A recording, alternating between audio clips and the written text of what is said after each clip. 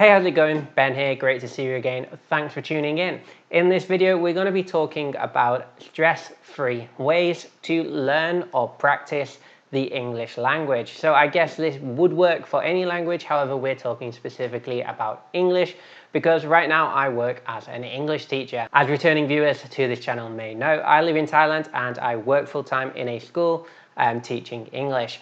Over the years, I've picked up a few hints and tricks from some of my students who tell me ways that they practice English. And I've always found it pretty interesting learning how some of the students who speak English very well have developed that English skill. And I have some pretty interesting answers that I've gotten over the years from them. Also, I've spent time working or tutoring online and speaking with people from different parts of the world who also speak English very well. And again, I always ask, how did you develop these skills? How do you like to develop these skills? And once again, I've got a few interesting answers over the years, and that is why I'm making this video, because I wanted to share some of the information I've learned and it might be useful to you if you're trying to study a new language, specifically English. So the title of this video is Stress-Free Ways to Learn English, because we're going to look at some of the more casual ways you can practice English. None of these involve schools or teachers.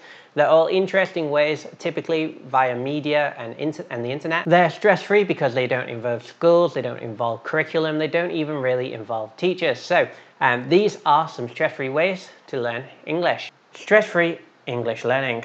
So relaxed ways to improve your English language skills.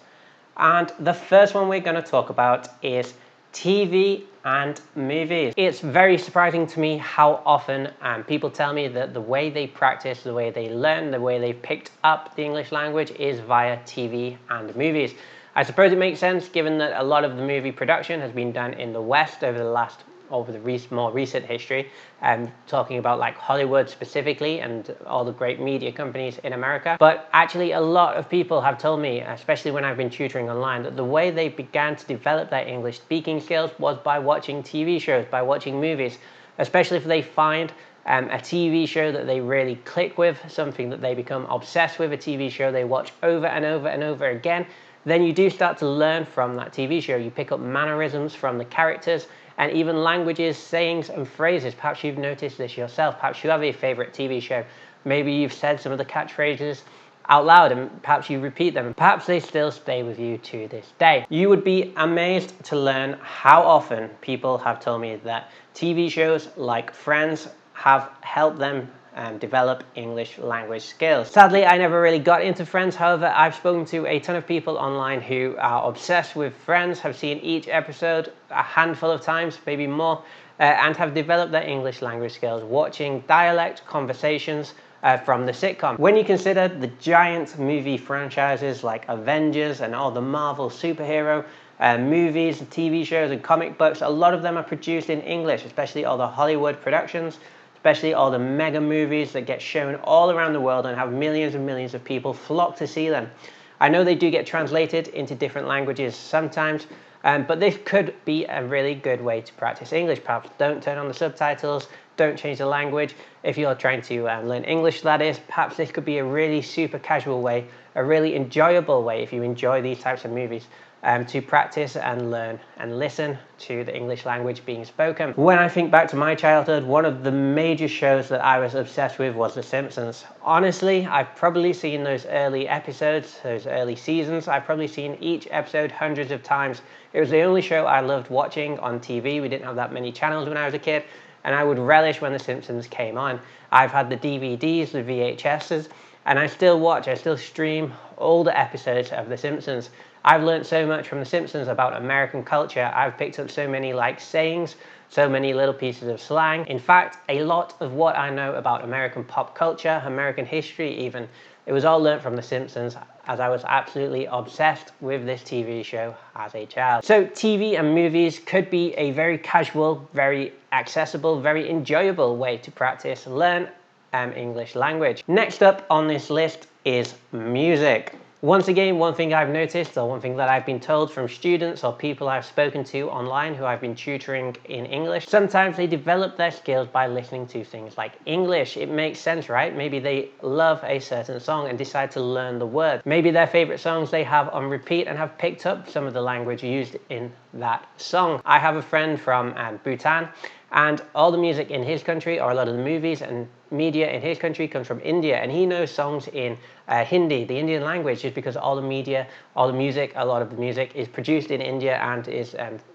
consumed in Bhutan. I think this is also true for many different countries around the world, and I think it's especially true with English. I think there's a ton of music produced sang in English that gets global success and becomes popular around the world. So listening to music could be a very easy, very enjoyable, once again, a very stress-free way to practice your English skills, especially if you find a band you love, especially if you start to learn their songs and you enjoy singing perhaps. This could be a really cool way to practice English. In fact, I've noticed here in Thailand that a lot of the music teachers who I work with in schools, a lot of the music teachers have very good English language speaking skills, and I believe that's because they do learn the English songs, they do learn to play them, do learn to sing them, and to consume a lot of media in English because they're interested in music. Some of the most influential people in the world are American or European pop music stars. So if you were a fan of those people, you would want to listen to what they say, you'd want to understand their lyrics, you'd want to be able to sing their songs. All of that involves a development of your English language skills. Think about all the massive pop stars, all the massive boy bands, all the massive girl bands who have global success. A lot of their fans are from outside of English native speaking countries. So those people will have to develop some level of English skills to truly develop an appreciation for their music and understanding of their work. So once again, this could be a really cool, really relaxed, really enjoyable way to practice English simply by listening to your favorite tunes. The next stress-free way to practice your English language skills, this is maybe one of my favorite recommendations of recent years, and that's to listen to podcasts. Podcasts are pretty recent phenomena, but they are massive. There is a catalog of hours and hours and hours, probably a lifetime of podcasts available online that you could spend your time listening to. Once again, these are great ways to develop your English language, especially if you're listening to something like a conversation. You can spend 1, 2, 3 hours listening to conversations online, on YouTube, on podcast channels, wherever you get your media from, of just very deep, very intellectual, or even perhaps comedic, or even perhaps just gossipy podcasts. You can listen to the language being used in a pretty intimate environment, something you probably wouldn't have access to if it wasn't for podcasts. One of my favorite things in the world is the Joe Rogan Experience. The podcast that was on YouTube that's now exclusively on Spotify, but you can get access to it without paying for a Spotify membership. So definitely check out JRE if you haven't. I'm sure you have. He's known worldwide. But this is a great way. This is a great example of a great podcast to develop your English language skills. He has guests from all walks of life, all different types of people from all over the world.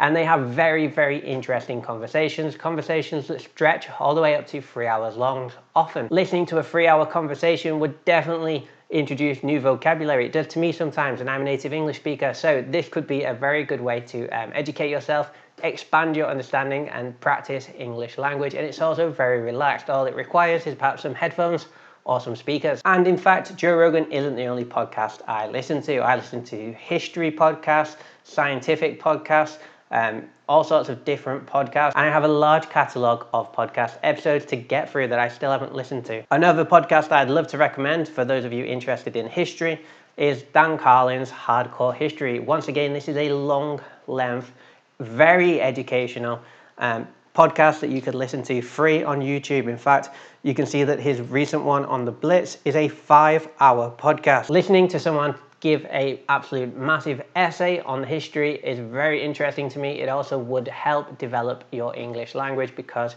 he's presenting this information in English. So I think podcasts will be ever increasingly popular. I think that there'll be even more and more people listening to them, learning from them, and developing their language skills via podcasts, listening to long form conversations. So this is something that I often recommended when I was asked, are there any ways I could practice my English? I would always say one of the easiest ways to do this, to develop your listening skills, to develop, perhaps increase your vocabulary, would definitely be listening to podcasts. I think it's a super interesting, super stress-free, easy way to improve your English part. Something a little bit more niche, but something I heard from an individual I was tutoring online. I asked them, they spoke English very well. I asked them how did they develop their English language, and I was very interested, a little bit surprised to learn that they told me they'd learned a lot of English from playing video games. Once again, when you think about it, vast majority of video games are produced in the United States. A lot of them are based in that kind of, or created in that part of the world.